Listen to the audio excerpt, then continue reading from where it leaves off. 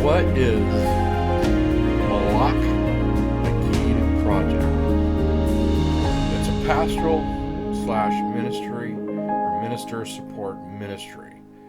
Now, I've been a counselor for 30 plus years, and one of the things that happens with ministers, and I'm an ordained pastor, one of the things that I've seen in 38 years of ministry work is how ministers, they burn out in ministry work.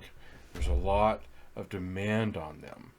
And the Malak Nagid Project is designed to support pastoral staff. So what is Malak? Malak means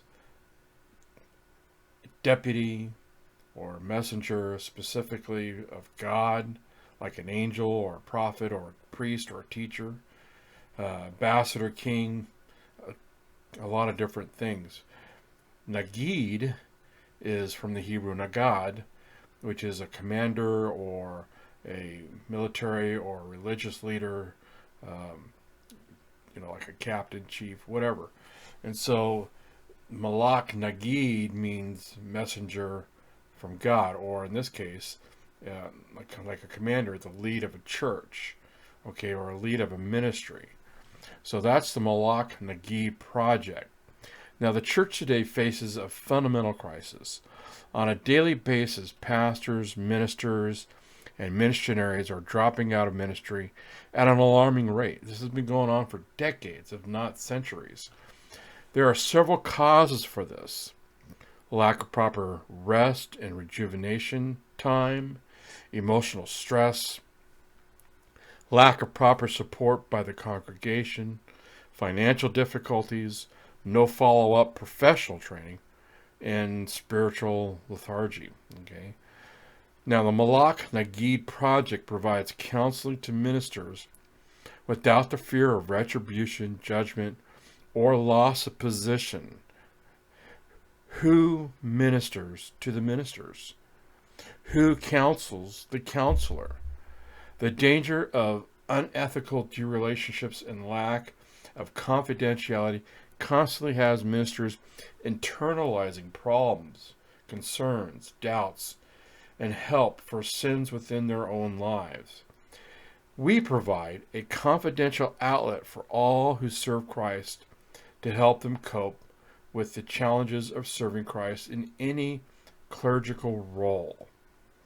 Now, the Malak Nagid Project, or Malak Nagid Project, provides consulting with ministers, boards, congregations about improving a clerical relationship or their clerical relationships, getting beyond limited thinking and cultural taboos and crisis management. Now, the Malak Nagid Project provides a network of ministers to work together to build relationships, share thoughts and ideas about improving the strength of the individual churches, especially their individual church, as well as the worldwide church. Okay.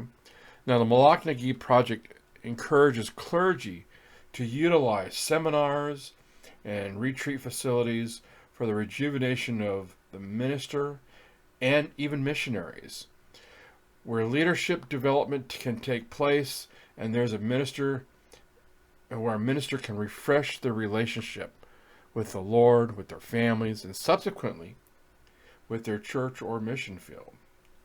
Now, currently, the Malak Nagid Project is offering counseling and consulting to pastors, priests, missionaries, clergy of all positions, or other church staff.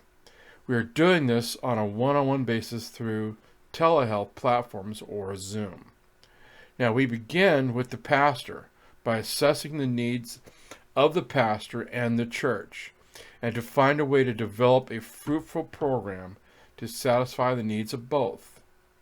We offer spiritual counseling to the pastor and the pastoral staff, maintaining a neutral third-party relationship, maintaining a non-dual relationship, and confidentiality.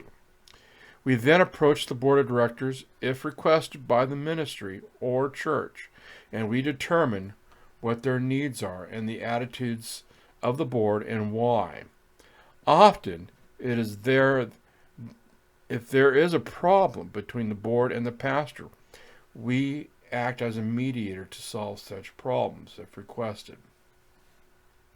After we work with the board, then we work with the church staff, and then subsequently the congregation as a whole as requested. Follow-up consulting and counseling is on an as-need basis. We can set up ongoing counseling consulting meetings if the case warrants it, or if the minister's needs require such ongoing relationships for maintenance purposes.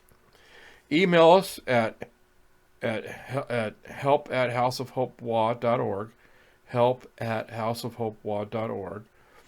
Email us to set up an appointment to get support through Malak Nagib Project today.